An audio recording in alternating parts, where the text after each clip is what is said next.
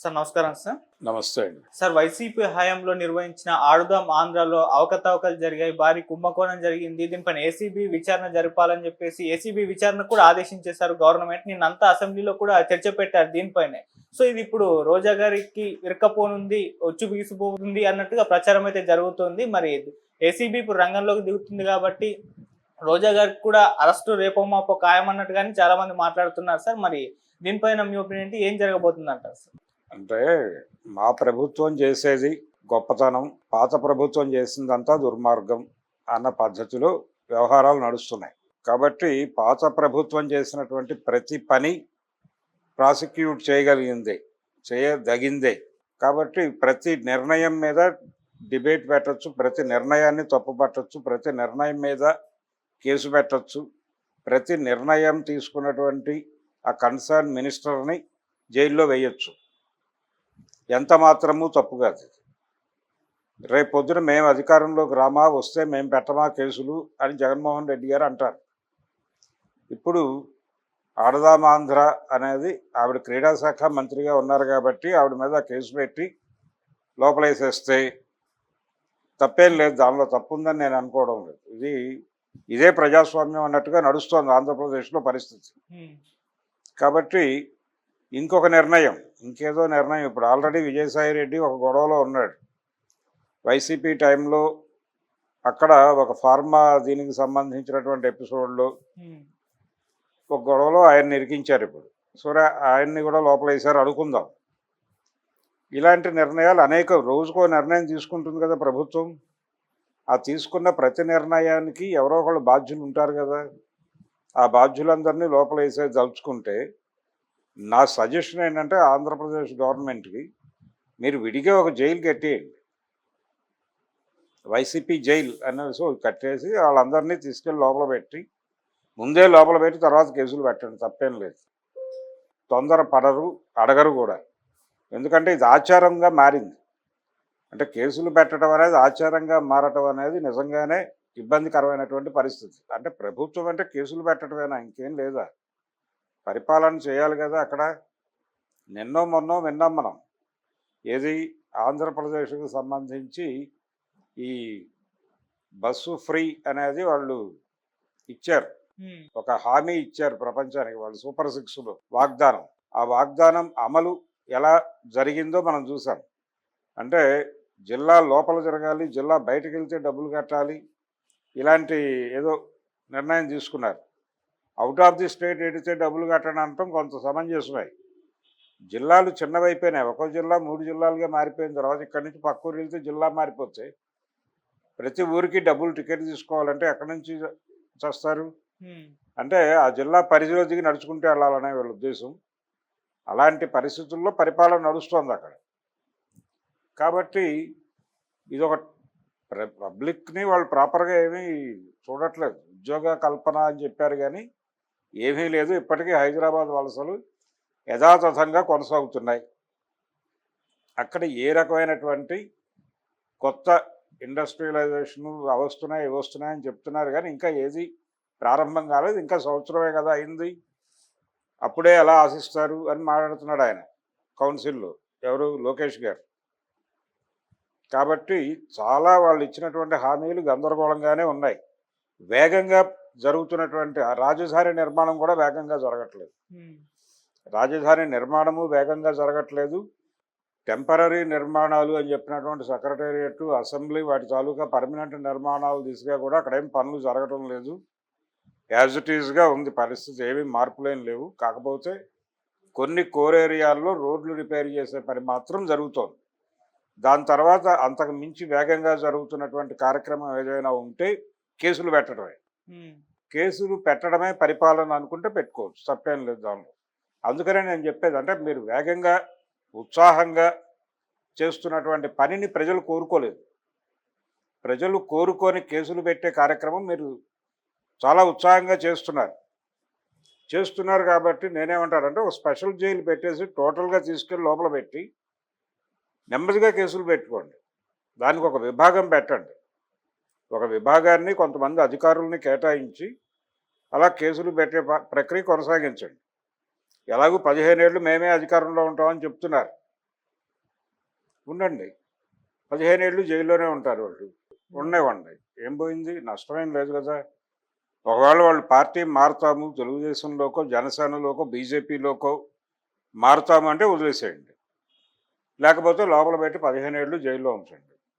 రోజాని arrest చేయండి, కొడాలి నానిని arrest చేయండి. అంటే రోజుకు ఒక లిస్టు బయటకు వస్తుంది. ఈ లిస్టులు బాగానే ఉన్నాయి.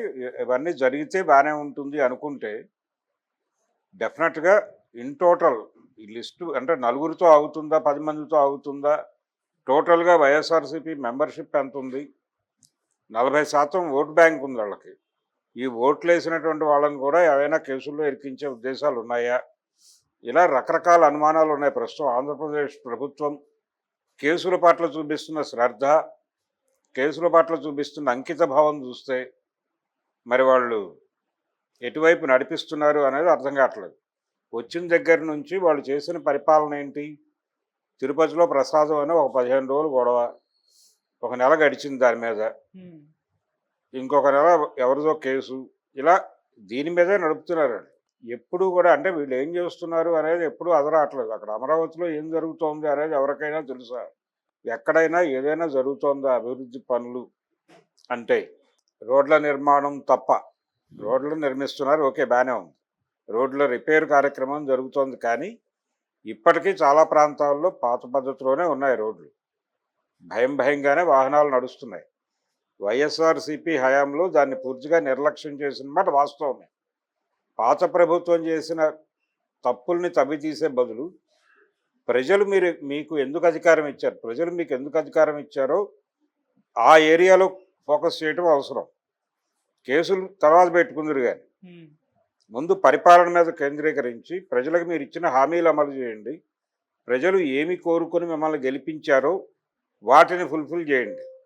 డోర్ టు డోర్ క్యాంపెయిన్ కనుక వైసీపీ చేస్తే, ఏమమ్మా మీకు ప్రభుత్వం ఇంత చెప్పింది, ఈ సంవత్సరం కాలంలో మీకు ఏం అందింది, ఏ ప్రయోజనాలు పొందారు, మీరేం ఫీల్ అవుతున్నారు అని డోర్ టు డోర్ క్యాంపెయిన్ చేస్తే సీరియస్గా కూటమి ప్రభుత్వం వైపు నిలబడే ప్రజలు ఎంతమంది తేలుతారు?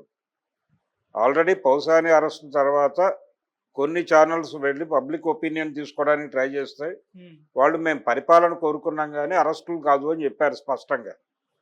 కాబట్టి ప్రజల అభిప్రాయం అదే ఉంది. దాని మీద ఫోకస్ చేయడం బెటర్. జగన్మోహన్ రెడ్డి సీరియస్ క్రిటిసిజంలోకి రావట్లేదు, అంటే ప్రోగ్రాంలోకి రావట్లేదు. ఆయన ప్రోగ్రాంలోకి వచ్చుంటే ఈ పాటికి కౌంటర్ అరెస్టులకి ఒక రంగం సిద్ధం చేసి ఉండాలి.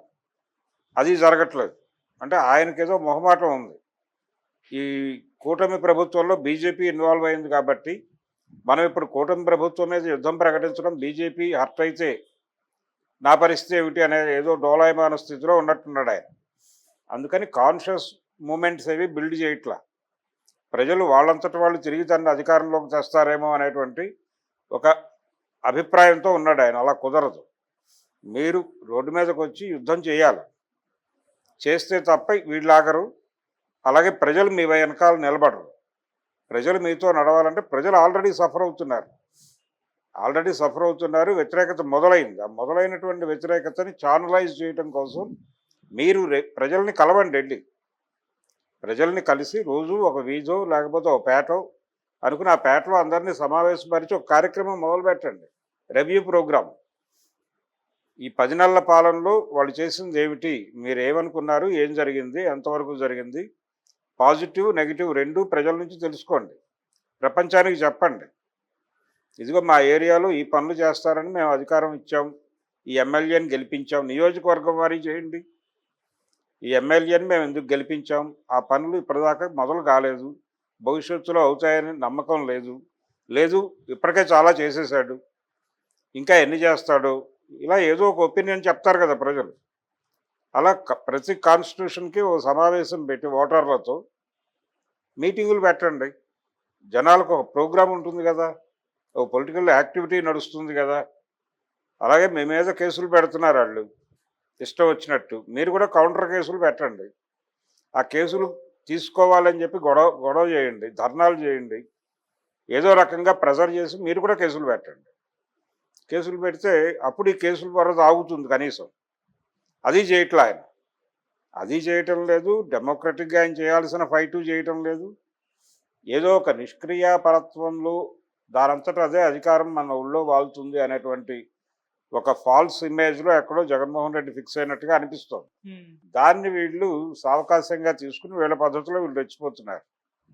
అందుకని తెలుగుదేశం చేస్తున్నది పూర్తి అన్డెమోక్రటిక్ పద్ధతి. అంటే కేసులు పెట్టుకుంటూ పోతే 100 దొరుకుతాయి. ప్రతి డిపార్ట్మెంట్లోనూ ప్రతి శాఖలోనూ ఏదో కేసు పెట్టుకోవచ్చు. ఒక కేసు పట్టుకుని ఆ మంత్రి గారిని లోపల పడేస్తే, పాత రోజుల్లో అంటే జనతా పార్టీ గెలిచినప్పుడు ఓ పత్రిక వాళ్ళు ఇలా హెడ్డింగ్ పెట్టారు, ఒక్కసారి మంత్రి చెయ్యి గణనాథ. అంటే మంత్రులందరూ ఓడిపోయారు. ఇందిరాగాంధీ గారి క్యాబినెట్లో కొత్తగా మంత్రులు అయిన వాళ్ళందరూ ఓడిపోయారు. ఒక్కసారి మంత్రి చెయ్యి గణనాథ, నువ్వు ఓడకుంటే ఒట్టుపెట్టు గణనాథ. ఇప్పుడు పరిస్థితి ఎలా జారిందంటే, ఒక్కసారి మంత్రి చేయి గణనాథ, నువ్వు జైలుకు వెళ్లకుంటే ఒట్టుపెట్టు గణనాథ అన్నట్టు తయారు చేస్తున్నారు. ఇది మంచి సాంప్రదాయం అయితే కాదు. మీరు చేశారు కాబట్టి మీరు చేశారు కాబట్టి అని వాళ్ళు చేస్తారు. అంటే ఒక కొత్త సాంప్రదాయాన్ని మీరు రూట్ వేస్తున్నారు.